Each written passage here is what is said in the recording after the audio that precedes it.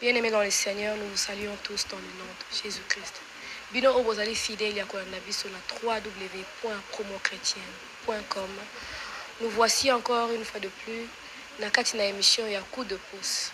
Et cette fois-ci, le quoi tolobakango, nous sommes là pour servir premièrement Dieu et pour vous servir aussi. Lelo pona ko servir bino, pona ko sepelisa bino tokei vraiment musika, tokenaki cette fois-ci na Londres, pona ko rapporter bino ba nouvelle. Et ce que nous vous avons rapporté, ils allaient faire une nouvelle karaté, et ils allaient faire artiste mon côté auto, mais c'est un artiste, mais aussi prédicateur. Et là, on va nous souba au camp, on va bien ôter, mais as artiste, puis as prédicateur. À Salaki album à Liboso, titre l'année Salaki Nini au Salakité, puis ami balé à Sali le silence de Dieu. Alors, tout ce qu'on trouvait, mais le là Zali Awa, na Katina studio, il y a une émission coup de pouce au Bozali Kolana régulièrement. Na www.promochrétienne.com Yemoko Azali a se présenter. Tous saluer la combo na aussi. Que Dieu vous bénisse mon frère. Bonjour ma soeur. Comme on a un frère Odi Kabangu, mais na koti que la Yemoko temps, Yemoko a se présenter qui il est et qu'est-ce qu'il fait et Azali a ponani. Frère Odi Kabangu, à vous. Merci beaucoup pour la parole. D'abord nazo pambola Nzambe. Wa sepeli était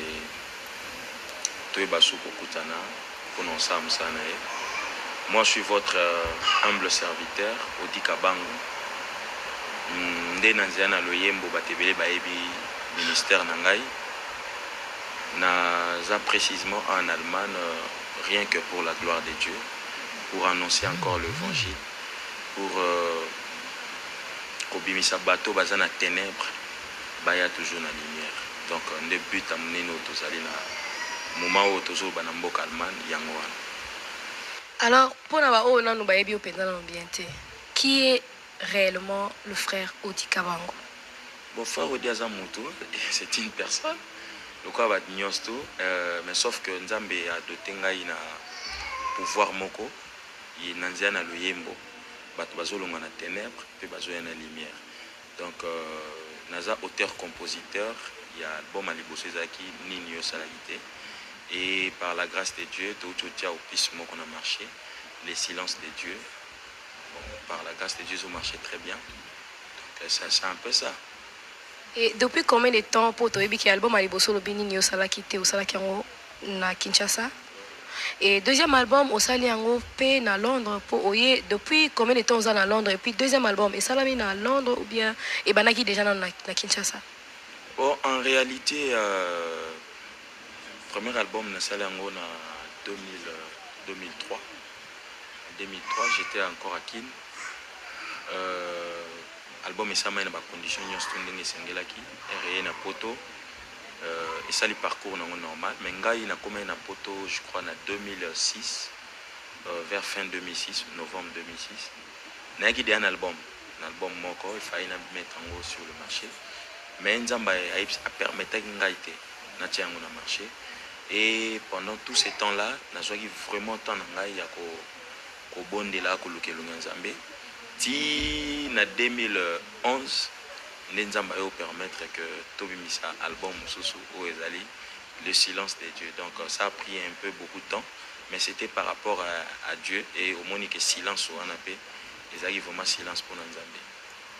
Mais elo mo comme sanga album à Liboso Nini Salakité. So là qui voit na yo album wana na ko yo ka deuxième album, c'est comme si elo mo salama ki wana. Et l'album à Liboso c'est comme si on dirait na évité on dirait qui na état mo faiblesse ou bien état mo ya maladie, je sais pas. Mais la deuxième album ils ont sonné un peu plus clair. Qu'est-ce qui fait cette différence? Je bénis l'Éternel, les a question mon très capitale. Dans la vie d'un homme, il y a les hauts et il y a les bas. Dans le premier album, ils ont vraiment, on a très souvent, les dernières plaies avant l'exode. Donc, ce moi ça linga bota, à cause ça ba crime quoi makasi, mais c'est pour la bénédiction, non pour la malédiction. Donc, Nini Salagité naemba yango na zalaki malade, na zala vraiment malade, na manda ko bela, na zana problème mo ya sinusite aiguë. Donc, ce natie mutu na seboé, makila fait bi makanazo. Mais c'était ezaki vraiment bitumba, mais Nzamba linga ina na sala ngo bongo parce que avant je me confiais plus na voix na ngai. Je me confiais plus na voix so nazo yemba nazo sentir que non en tout cas vraiment na ebo yemba. Mais na nitawana na comme ko sentir que non so nzamba sali grâce na été je peux rien faire. Donc mais un yo sa album wana nazaki même pas na ngai mo personnellement. Na mona lokola na mi fingi. Nzoka kande na loba ngana kanisa ki mota sali bozoba. Nzoka ezala kinzelo bongisi pona bika. Donc c'était vraiment la voix de Dieu pour que abimisa ngai na monde ya musalo bat musuba bande ko sala. Donc différence c'est ça que avant na yemba ki album wana nazaki vraiment na sinusite aiguë. Mais yambalo yo nzamba sali grâce na que naza susu ba na maladie wana te il m'a guéri. Yangona nazo yemba on peut différemment. Alors frère Odi, betela biso moi lisolo ya parcours na yo parce que moto utaka dans les néants et puis nzambe kam ta kotombola moto. Alors ebandaki ndenge nini lisolo ya nini yo salaki te pour le koma le silence de Dieu. Qu'est-ce qui a commencé? Qu'est-ce qui a déclenché cette histoire? Et là on y est sali que est à la début bien fruit mbuma ya lisolo oyo nini yo salaki te na et comme ça le silence de Dieu. Parce que la vie à Moutou nyonsta banana ko botama après moke mukazokola. Moi personnellement na outi na famille moko on était 7 dans la famille. Ma mère abanda o memabiso quand on était banamike na église Nzambe Malamu, c'est là où on a appris à chanter parce que c'est pas seulement moi qui chante mais c'est toute la famille. Ma mère chante aussi. Chanter aussi parce qu'elle n'est plus en vie. Mes frères au baye avant na ba baye après ngai baye mbarapé. Donc mais nzamba sepela ki ngai particularité na ngai zalai déjà nga na botama différemment na bande ko na ngai ba bota ngai na kata kasho. Donc mon nom ce n'est pas Odi, c'est parce que son talibé comme Odi avec T à la fin. Donc comme on a vraiment ezara auditorat militaire. Donc na botama na kasho ya basoda. Parce que mon fait père à l'époque, il fut militaire. Il s'est passé un truc. Ne salai que ngai na botama na ba condition ana. Na botami directement de fin papa na ngabi to pesa e kombo ya auditorat militaire. Donc botami na camp. Na botami na kanté mais na kacho. Donc na camp eza esiko ba soda ba vanda. Mais kacho c'est auditorat militaire ezaki endroit ezaki prison mo ba uniquement bas soldats so ba sali mabe, tu vois. Donc c'était à partir de là que mon histoire a commencé. Mais je comprenais pas un acoli na nokola normal, mais à partir il y a âge il y a 11 ans et demi 13 ans et comme un problème moko na zo problème mo amiso na banda ko mona soupe ndate banda mona te cette histoire est où mais là qui moi mingi na vie na ngai il y a aveuglement wana ti zamba ya ko sala grâce que dans nzela ya mon père spirituel le pasteur Chupangu Kankonde azana Congo nde na yaki koyeba siko nzela nzambe omoni ba para ba mabino na église eza boza ben inconscient bazo me mabino boza ben inconscient mais la chose de Dieu que nazo bena conscience wana qu'il faut maintenant na servir l'Éternel c'était problème ya miso n'a eu problème ya miso Nesikoyo, pasteur Wana Nzambe révéla qui est mon père spirituel. Nzambe révéla qui est que non, c'est un grand homme, mais il faut s'y quoi à l'enseigner. Wana peka Nzambe malamu. Wana Nzambe malamu te. Wana sko na longwe na epa ya ba parents iska na novanda na epa ya tante na ngai. Et pas tante na ngai sko azali na lupango nde toza en Afrique a louer se yango. Sko pasteur Wana na louer na kata lupango wana. Nzambe révéla qui est sur ma vie. L'effort que il fallait non il fallait faire comprendre d'abord n'a accepté Jésus et c'était pas facile c'était par voix audible que ngana yo kanzambe parce que j'étais un peu trop têtu que nando linga mambo église qu'aucune église comme telle qu'aucune c'est normal mais que pesa pena vie wana ke na ba misala nzambe na banda ko s'en fouter nango to ke to yembe si mais air maladie on est bandé ko persister que nazomona parce que problème nangé que nako so na otala moto bo faut banga parce que banini yo ya mwindu za na kata misu ezate et bandé ko donc et bandé ça que nazomona flou malin mais ti et bandé ko se disparaître donc elongwe comme so na tali moto bo faut kima né à partir il y a prière n'ayaki ko ça la vœu si tu me fais grâce qu'un jour namona lisundé na bandé ko mon avant na servir yo. Mais je ne savais pas nous servir nini. Mais comme les gens me disaient que tu chantais bien, moi, on trouvé à l'époque, ce n'était pas comme aujourd'hui, tout le monde veut chanter, tout le monde. Mais avant, chanter pour le Seigneur, ce n'était pas pour gagner. C'était pour la gloire de Dieu, glorifier Dieu. Donc c'était un peu ça. Après, on a eu au Salamaker, on a prière, parce que tout le monde a dit que l'hôpital est belé. Parents peuvent aller qui moi situation moi déjà aux âmes tout le monde est en prison comme ça donc bazo comprendre comme na moins suspense est-ce que c'est yenda za base il y a pas problème na biso ou bien nzoka c'était quelqu'un il fera différemment na bande de mususu à partir ya wana na yo ça la vue na isi nzambe ce que permettre ngana mona lisusu en tout cas non c'est là parce que wana comment na âge ni wana na komo kende déjà partir ba 14 15 16 ans. Donc vous m'avez quand même. Vous m'avez dit parce que à peu près ça il y a 7 ans. 7 ans souffrance moko ya na lo comprendre ça venait d'où. Ndé na imba très souvent na bibena luku. Donc batamité mama bé. Mais chiffre 7 est Zolanda yo parce que le bibo botama 7 et puis na mali pour ça qui 7 ans. Ouais. 7 ezama bété. Mais au moins er mutozo kola oyeba mangamsuté. D'abord pour oyeba mangama chiffre 1 2 3 4 il faut ça révéler il faut pas enseigner mais à l'époque nazaki moi muki nebe nangama kambo ba 7 ou 3 4 était c'est aujourd'hui que avec la grâce de Dieu tout comment décortiquer un peu le chiffre après il y a aussi la cœur nayo mona miraculeusement na moni vraiment. Mais conscience on a de servir l'Éternel et zalaika penate malgré que na sala ive na continuer nanga toujours na yo zonga parce que na ndo beta ba shit na vraiment grand cheater à l'époque na yo beta ba shit na zo servir nanga na ça nanga vie nanga normal na yo ko sala un jour boye na keka na petit shit na bukana loboko so mona neza moi défaut na panzana loboko o mikuebi.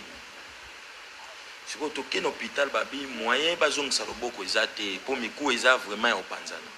Donc c'est les locaux bako ça les ake il faut batanga kisi moko boye et ka osa pota mo ezai comme ça ba luka moyen au kata loboko bien. Mais maintenant ba pesinga kisi on ko ka osa pota ka na 2 jours. Ba sali biso ba radio ba trouver vraiment que loboko eza bien te. Il faut ba kata in on ndoko lala te. Et na zoni na ndako. Donc maman si quoi botinga asa prière abi oyebisa kinga mwana aza musali na mais ndenge nini tout le temps ba problème c'est là où maintenant j'avais compris que non naza na problème na mutu mo boye vi na ngeza na problème donc naza ka Jonas je peux rien faire ce n'a passé par cet homme na ko refaire v o na sala ki wana agence wana na comme na 17 ans. Na ko refaire ve na bi Seigneur soko salinga grâce que bakatanga loboko te nga non c'est là. Donc c'était je savais pas mais c'était l'appel de Dieu.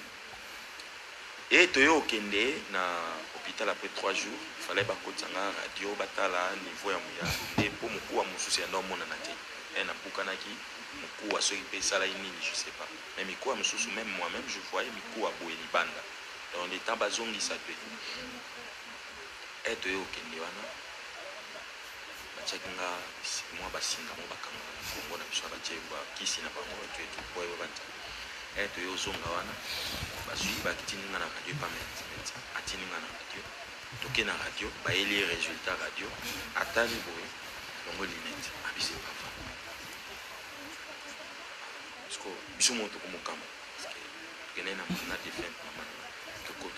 bon, c'est quoi le problème?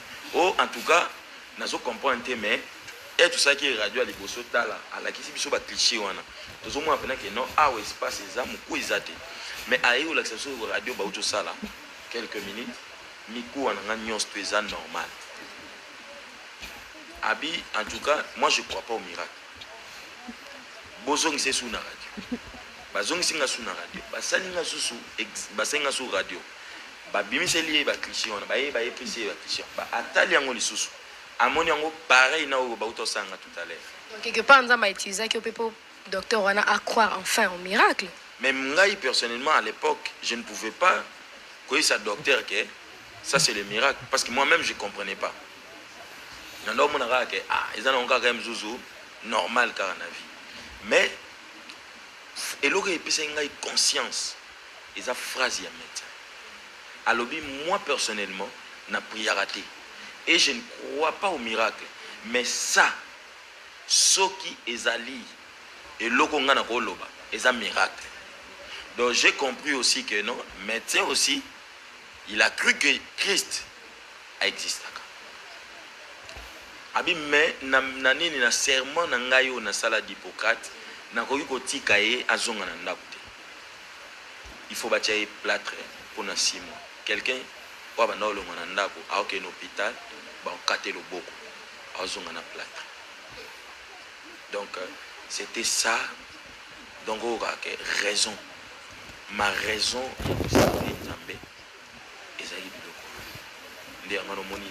après tous les événements conclure Nabi qu'est-ce que tu n'as pas fait donc so remarquez bien au moins on a cédé Nabi nini yo salagité mais avec nini point d'interrogation. Les autres ont posé une question. Ni ne salaïti. Donc, au tracé qui déjà vu nanga pour y avoir que lobby non comme place. Déjà au so zwinga, au so bendinga déjà question on a munoko. Vraiment bien aimé dans les seigneurs ceux qui frère Odi azo betali sola vinae tant sous quelque part yo o vendre aux autres la biso. Oza peut tourmenter na ba problème, oza peut mutu oyo tant mususu oza na likamo zo sala mina yo zo yebate qu'est-ce qui m'arrive enfin. Il faut mi tout na pe est-ce que nous a malinga le veloté quelque chose dans ndela wana parce que nous a me pas le bela biso ka makambo a utiliser ka ba circonstances moko boy pour enseigner biso bana na enfin que biso to yeba ko zongela ndela ya Yesu Masia. Alors frère Odi tango yebisi nzambe olobi na nzambe nini yo sala kité. Azong si le réponse ni. Azong senga na sala nyoso. Yangola nesko memi le silence de Dieu. Yangola nesko memi na silence de Dieu. Pourquoi? Parce que ndengo utoloba tout à l'heure peuple azolanda biso ezana bate belé bazo passer moment moko ndé na kata zamba na ba 19h. Donc oyo kaka makelele kaka ya banzete na bandeke. Mais ya nzambe ondozo kangote. Ne pense pas que tu es seul. Parce que Joseph Tiazo Longwa, but naïe, objectif naïe, ezaki akekos, kutana bande kone, apé sa bango mo eloka olia. Nzoka ezaki temps oyo, esengaka kota na école moko boye ya Nzambe. Ezana batebe pe na moment oyo, bazo leka na école moko ya Nzambe ya makasi. Ba komi komi tuna parce que akini souvent on disait ah tu es naïe kotika batu musuna mukili. Bien aimé oyo kotika mutu moko te. Mais ce qu'on remarque que na vie nao, eza moi kimia kolobate kozayomo. Parce qu'il y a quelqu'un au azomona. Différence eza nini? Joseph à ce temps-là, nzamba bandai kolobate. Mais abana passé ka des problèmes, na problème. Problème, na problème. Mais différence mo que salaki. Joseph azalaki abana travailler par Potiphar. Potiphar ndim tano travailler par roi et pas pharaon. Herbe Joseph, bah causer les problèmes et pas à moi si à Potiphar. En réalité, bah quoi que Joseph na prison pharaon a tiré ba prisonnier na été. Parce qu'il travaillait pas chez pharaon. Un autre travaillait pas royauté, un autre travaillait pas à Potiphar. Le fait pas le moi pas na biso ne biko ba ma boulou ou bien ngenga, kacho moko boye ba ketchae. Mais ça encore ba tio na prison centrale, là où le président a ébi que j'ai autant de prisonniers. Mais Joseph na prison na quoi que ça ni. Donc na kacha souffrance à Joseph ba élevé épée na kacha prison. Donc ba pesier prison ba mikonzi. Donc ba préparer déjà ba kutana mutu moko. Réponse à frère Odi et Memi Susuko. tout comprendre que le frère Odi Kabango, que tout le monde connaît, n'est pas seulement un chantre, mais aussi un prédicateur. Frère Odi, si vous avez une question, et bien il en est pour vous enseigner, pour nous aussi la boue, tous les gens, la minute où nous sommes à Yahweh Magoute, tous nous enseigner peuple de Dieu. Alors pour bateau bava na sima bazo ah mais na kenana église na sina yoka pe bazo balikambu ya Joseph na kati ya boloko tout ça mais nanu na yoka ba enseignant ngango ndenge frère Odi aloba ki monter une émission aux prédicateurs to prêcha toujours évangile nanzela ya banzembo mais sauf que na 96 ndete rubaka na 96 ba consacrer kingai na église au ngana ndo sambela lokola prédicateur de la parole na kati église na ngai mais nzambe ayebisaki ngai te ke fa maintenant bande église comme pasteur non donc c'était juste pour travailler dans une église locale au moment opportun si lobby a koyebisanga que maintenant tu peux aller na domaine mususu on les a problème na ye c'est pas mon problème parce que différence moko tozomona lelo mutu soit te bien alimba mo ba consacrer comme pasteur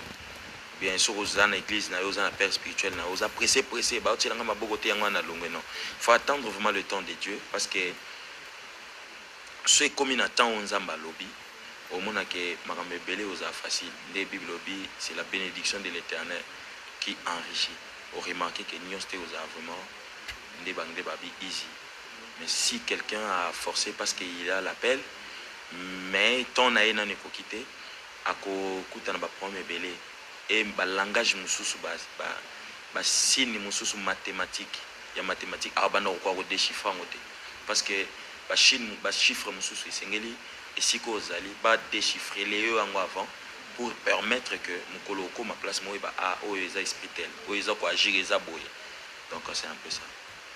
Alors pour la deuxième partie pour to kotana le silence de Dieu nazo senga na régie na biso a proposé biso quand même clip moko il y a Nini Osala quitté et nous retrouvons tout de suite après. À vous.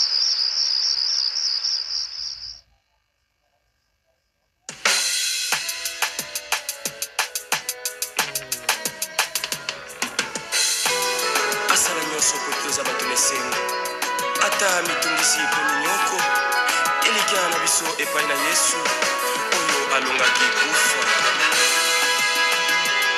Nini osalaki te Yesu po lelo nazala na bombo nini osalaki te yaya po lelo nakoma mozwi ye nini osalaki te Yesu po lelo nazwa bonsomi nini osalaki te yaya po lelo nazala considéré babeti babomaki yo Yesu ezalaki likambo na ngai babeti babomaki yo yaya nyonso wana potenga na bika misama na yo elonga na ngai netolama na yo bikamwa na ngai Jésus oh papa oh yaya na ngai misama na yo Yesu yo elonga na ngai nabetelaka yo tolo Jésus na yebi osala nyonso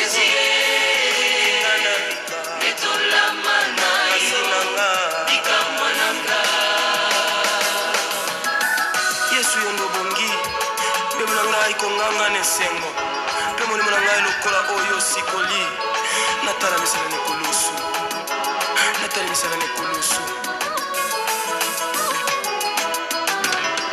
yo moto ozalaki na yo nzambe ondimi kolata nzoto ya moto oyelasa mokili oyo olesi bato mbisi na mapa baoyo baumelaki na bokono obikisi okangoli bango baoyo bazalaki na pasi olongoli bapasi na bango mongu nasepelaki te aye kokotela moto ateki yo nga naganisaki moto asali kozoba nzoka ezalaki nzela obongisi mpo na bikakumisama na yo elonga na ngai netolama na yo maloba bomo Jésus oh papa Jésus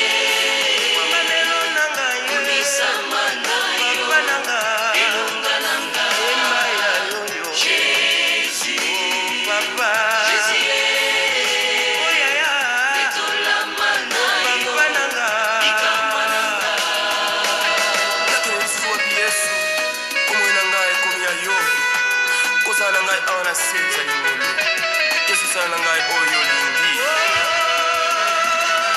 ozali bomba melo na ngai ozali yaya na ngai lokola leki nyonso na nzela ya kelasi yaya asimbi ye na loboko kino akotisa ye na kelasi shilo lolenge yosimba ngai na loboko kino yokotisa nga na lola tala tina nga na yembelaka yo tala tina nga na kumisaka yo tala tina nga na netolaka yo tala tina nga na sanjolaka yo kwe tozali nzambe elonga na nga.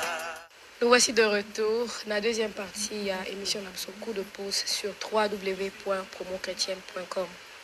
Frère Odi, quelle différence y a-t-il entre Ninio Salakite ou bien Yomoko au remarqué, peut-être Yom Tosali Balbomango par l'inspiration de Dieu, Yomoko Yebi quelque part différence Ninio Yamakamu Ninio Yokutana Kinango Tan Yosalaki Ninio Salakite na le silence de Dieu.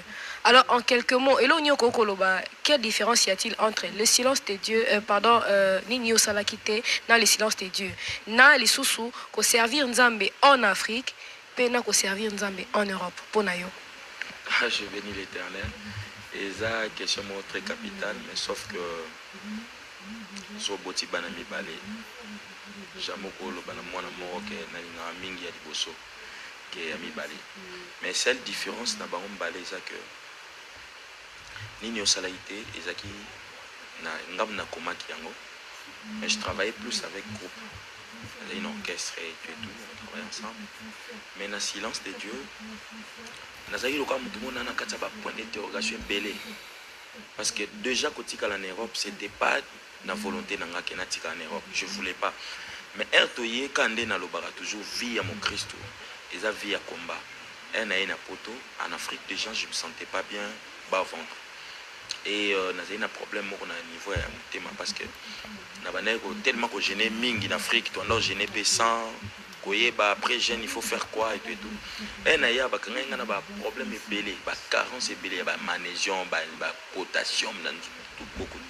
Et à part ça, il y a un problème de débit à prostate. Il y a un problème que natika la plus pour nos soins. Mais un natika li on a langage qui même pas beaucoup de serviteurs de Dieu.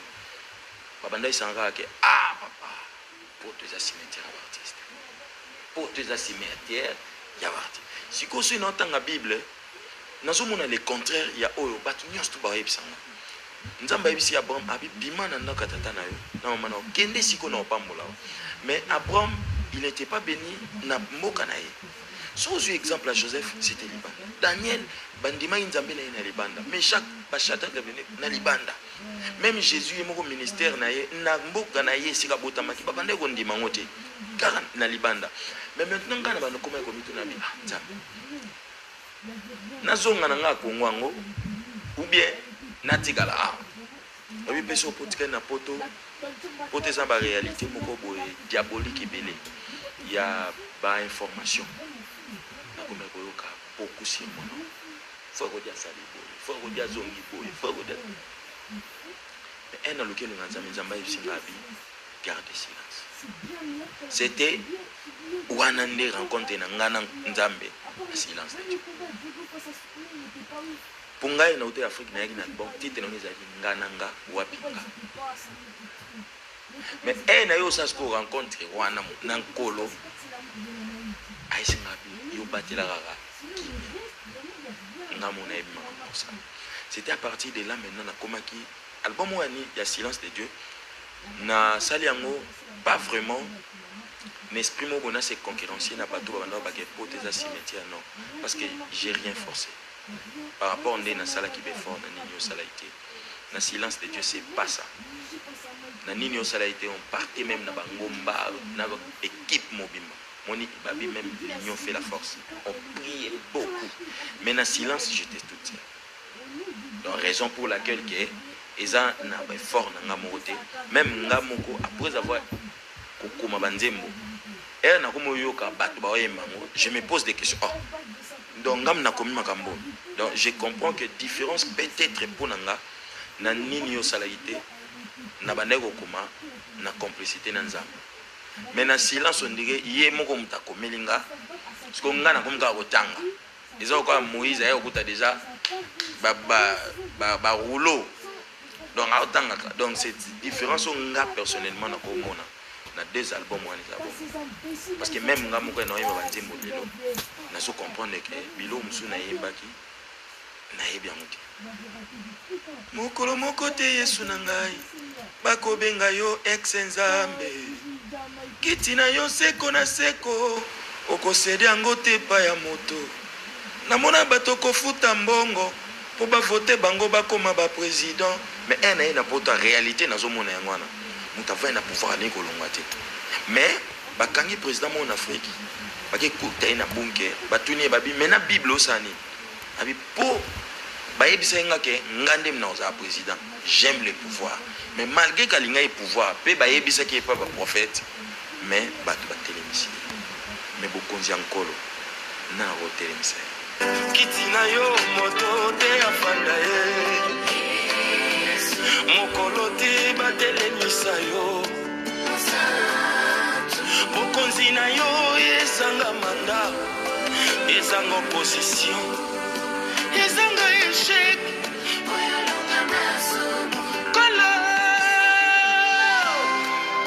on dit pardon. Et comment ça là aux yeux? Je bénis le Seigneur parce que nous avons une opportunité. Il y a moi réponse au travers. Il y a frère Odi. Dans ma question, je me posais parce que bisous tu vas ni tous abattus hein. Et tant nous tous abattus na bon moi tous à la canne ma question. Mais réponse c'est ça quand Jésus-Christ. Yé comme dans ma réponse yo. Moi nanda me sikanyo so yozali. Atozo kanisa ba ebiote nzamba ebio. Il y a un frère qui m'a dit une chose à lobby. Les étoiles qui brillent dans le ciel, elles ont ébellé hein. Ils ont ébellé, puis ils brillent différemment. Moussou c'est briller à ma casse, moussou c'est briller à ma cassité. Mais ceux qui ont osé moi nanzambe, osé briller moukié, osé moi naka osé briller moukié. Mais t'as la moukié ou ana brillance ou ana moukié, nzamba ebio. Donc frère on dit, tout décortiquer ce que l'album il y a le silence de Dieu. Parce que cet album mon conga personnellement, là vraiment, tu n'as aucun sens menaebi et tout chayinga mingi. Là, on a le silence de Dieu. Nani arrivé la kirwa, moto amine na moto, ezalaki o Yahweh. Donc, n'a qui commis tout dans ma question. Bon, il y avait quelques jours avant, je méditais la parole. Dans autant l'histoire, il y a Shadrach, Meshach, Abednego.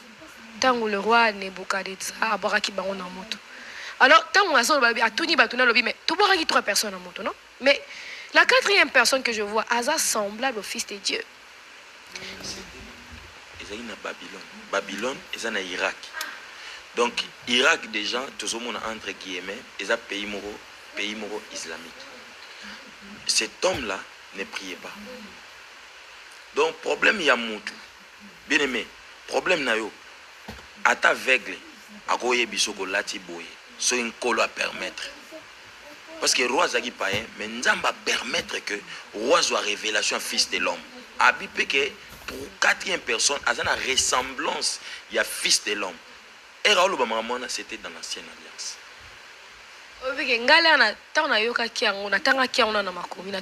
Mais qui lui a révélé ces choses? Il y a un crédit là-dedans, ça me l'a dit. Alingaki koutoune ba adoré comme Dieu. Mais tant que moi, la quatrième personne a lobby que oh ya kokani nangate. Alors que oh face à ka moi na nzambe moko. Et puis c'est Dieu là face à la case suprême, face à l'ikolo nanga. Natuni mais qui lui a révélé ces choses? Mais la parole de Dieu déclare qu'il a cassé ces choses aux sages et les a révélées aux petits-enfants. Kenza m'a révélé, on a frère Odi. Qui est le frère Odi pour nous m'a révélé ces choses? Il a un pasteur Pébélé au bazo bon de l'Anzambe. Depuis des temps et des années, Tam sous nous m'a révélé, on a l'eau monté. Ou alors, Pépon m'a révélé l'eau. Tam sous question mon rara. Elle a tam sous 3 ans, 4 ans. Mais Kenza m'a révélé ces choses. C'est vraiment une grâce, frère Odi. Si vous prenez une reconnaissance, on dit nous exprimons on dit nous sanzam. Yangona na komaki merci. Nabi merci Jésus pour ton amour Seigneur. Signe de reconnaissance à celui qui m'a aidé. Je suis l'un de l'opreux, le 9 autres sont partis, mais moi je suis revenu pour te dire merci. Ya lobi merci. Yo lobi nini. Frère Odi.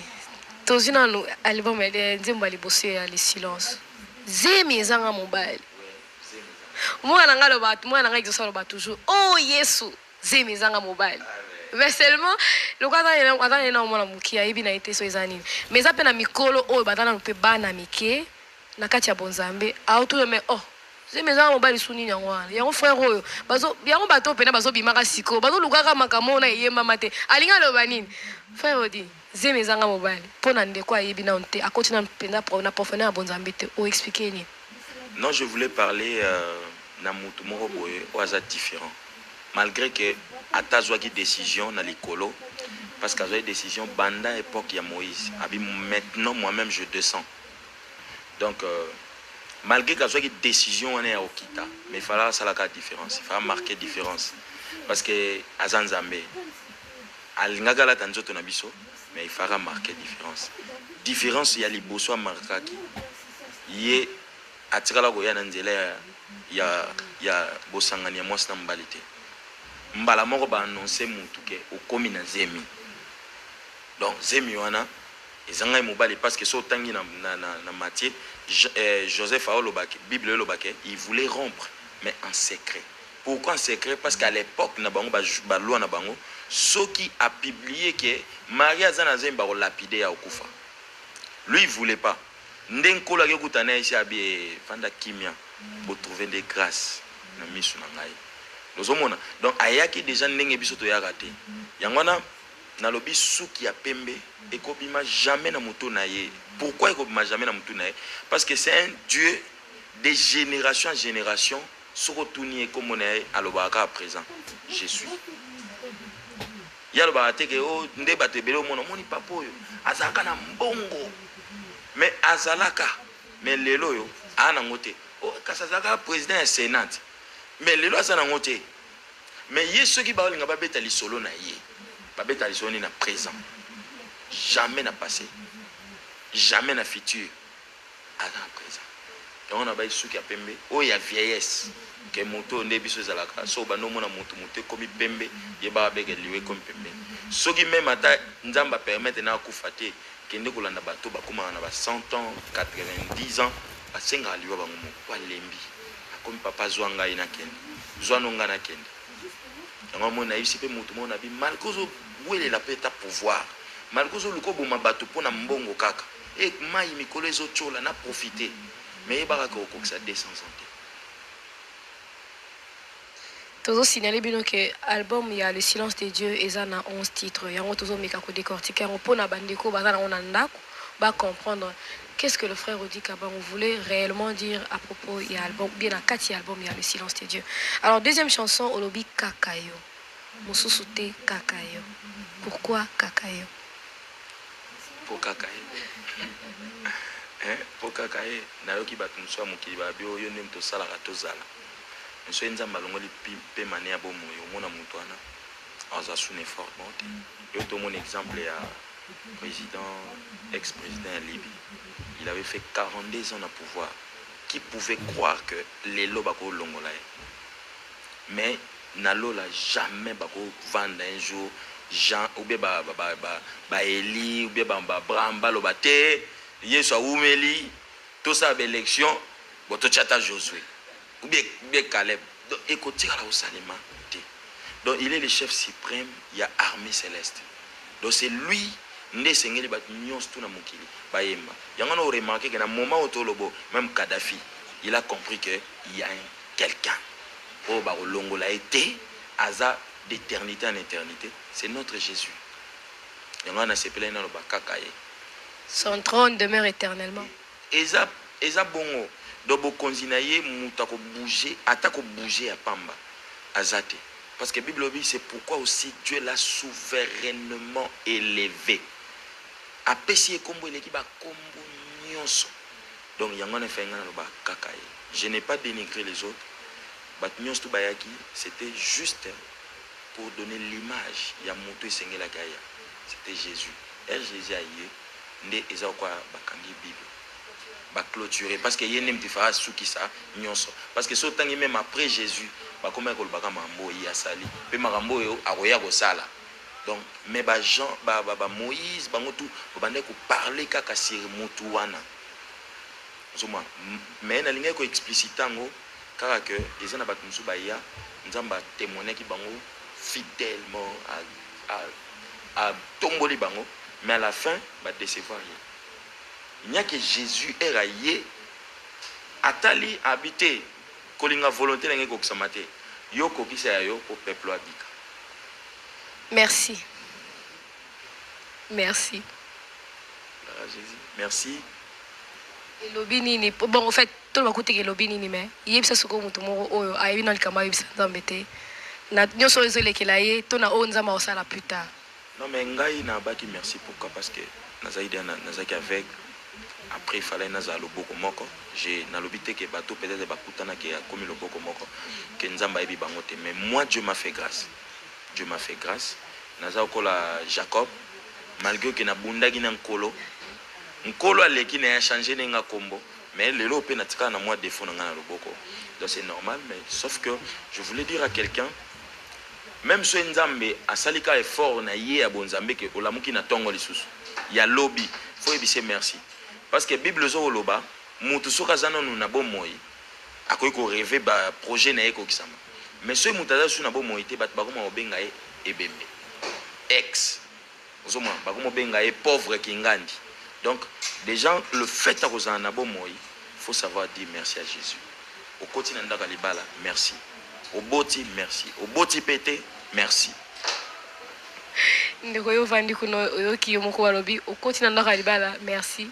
Au boti tope au boti te merci kaka. Alors bitumba. Bitumba ni okuta na.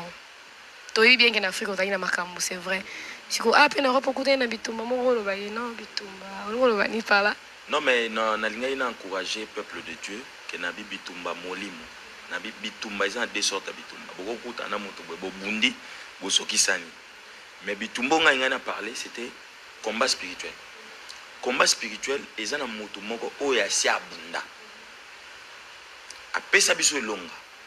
Mais biso sikoyo tozo ko combattre sous tes potos la victoire. Nous combattons dans la victoire. Déjà quoi un oeil ça Satan au nom de Jésus. Pourquoi au nom de Jésus? C'est parce que Jésus a sa longa qui est. Donc on a yende ko rappeler que osasu na pouvoir moroté sur ma vie. Et on m'a baki. Tu rappelles qu'à Satan, tu as été vaincu à la croix de Golgotha.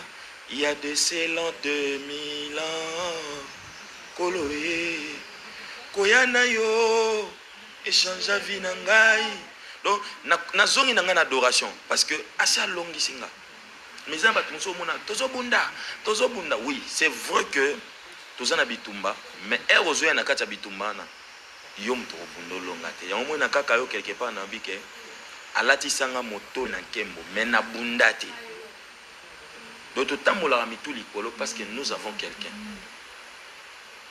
Oui, Maramolobi n'a pas là parce que d'abord bon il y a quelques temps passé, nous avons sangalobi je t'arme des armures d'un chrétien pour combattre, mais cependant c'est moi qui combat et te remporte la victoire. Alors olobi mopango si pinzoli. Apango si pinzoli na yo, apango si souci ya nani pe opanga souci ya nani. Pour lingolo ibisa ndeko avana zotala bisoni. Apango ça vraiment pinzoli. Na bande ko beta lisolo par rapport à na Europe. Donc il témoignage à Batebele. Il va la ko bengisa moi ça na poto après quelques temps changé. Aya ko tambal na ndako na ya bengani ya tika na ndako. Pona but moko bo. Ils appellent na basi muso ezaki à lutter vraiment pour l'homme et l'homme a commis na quelque part à reconnaître nyonstoanate à tiki yake. Maintenant, nous avons atali sabat moboy. Et un bolingo, moko boy au-delà. Parce que moi à l'époque, bah parents nga ina oka kipe babi. Ah, mais il y a des fois il y a kaka oyo ba problème boendeni. Donc na comprendre que ba quoi ko linganga, mais ça na limite. Mais ça il y a quelqu'un ero linga biso. A linga biso te po oza mungwande. Ma o linga yo po acha sala sacrifice pour toi. Yango mona bike utmona ki moto sengela ga zana avocat ene ina poto so ngobo ka babi ah fo luka avocat Mais nous avons aussi un avocat. Ou avant auprès du père, Azus Moussanega Moko Yangwana. Yangwana Nante Samoutumo, ok. Soit ils ont moutako pangoso pinzoli, ils ont moubalo se confier na été lelo. Parce que l'obé a changé. Ils ont moins chose au bête la toloté. Pour l'obé a changé. Mais ils ont moutumoko. Eraye. A côté de nous, il y a pas de guérison, il y a pas de boye, mais il y a le bien. Aïe, eriaye, abi finis à moi. Vous tous qui êtes fatigués et chargés, je vous donnerai des repos. Nana ko ya ne likia tant mutabongisho ni kondi. Isaka Yesu. Moi aussi, na bongise kondima par rapport à la réalité. Parce que l'histoire n'a pas été na kata kango, mais il y aura un jour où tout ça ma DVD à témoignage. Parce qu'après ça, na ya perdre papa. Papa n'a na comme na 5e des humanités à Ebisinga biso qui ka ko examen d'état dans Tino de Belgique.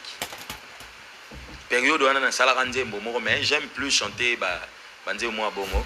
Nando manabi papa lobaka na ngai soki osilisi beti de odi doctorat na yo e okosala nde na poto wana nakomi na suka akati nde motema ake besport na ngai ya poto nyonso ekenda na maye na ye koyamba Yesu a changé parcours ya vie nanga yango nabo e bosimba Yesu te nakomema ngambo apamba ya donc bitumbo nkolo papa quoi aussi sangote nzamba yo aussi sango donc par rapport à bitumba nyo nakuta na na vie mais il y a quelqu'un qui a pensé ngama ya miso c'était Jésus yanga na isa mutu moko alanda biso il n'y a que Jésus qui peut faire quelque chose dans ta vie on a baki nabi naboyi ko bonzela yo bolingo ya mwasi na mobali pona lola libale ko zalate kuna tozaka ba ange donc nkolo ne mta ya kwa ya obala biso siko olingi libala ya yo na nkolo ou bien awa babetaka o vimbaka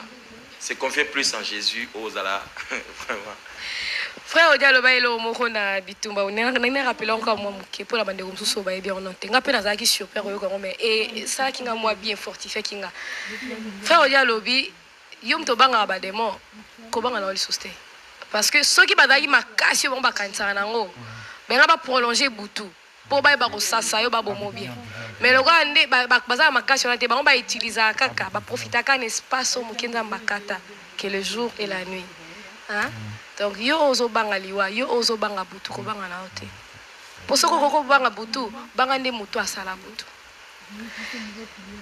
frère Odi alobi silence to l'exhibit dans le soit affiché pour comprendre le silence de Dieu mais frère Moroboy na Belgique atalika affiche à Pamba abi mais yango frère osusu oloba na tamaka mno abie obaniso ko ngasa batu munoko kwao frère Odi pourquoi affiche c'est parce que il fallait qu'il ait attiré bateau parce que R et Jésus azoleka Jean a sala qui par tous les moyens qui bat bamona Jésus abi voici l'agneau qui ôte le péché. Il y a des choses tout ça significatif il faut nous révéler. C'était vraiment mon souhait que mutu soka moina chebwe il faut poser ba question wana azokangisa nani monoko yango na ndemte ko tirer il faut tirer curiosité na ye aluka somba c'est de wana po yoka sko message nini est-ce que yoka message wana aya comprendre que na kangisa ba tout monoko te ngaka na ebisa batu silence mais comme ils a photo ce attention na tie batu na sima et là au monter l'axa que batu na baza silence ba vani kimia donc ils allaient karana ne loko moko fakele l'axa que tika no moma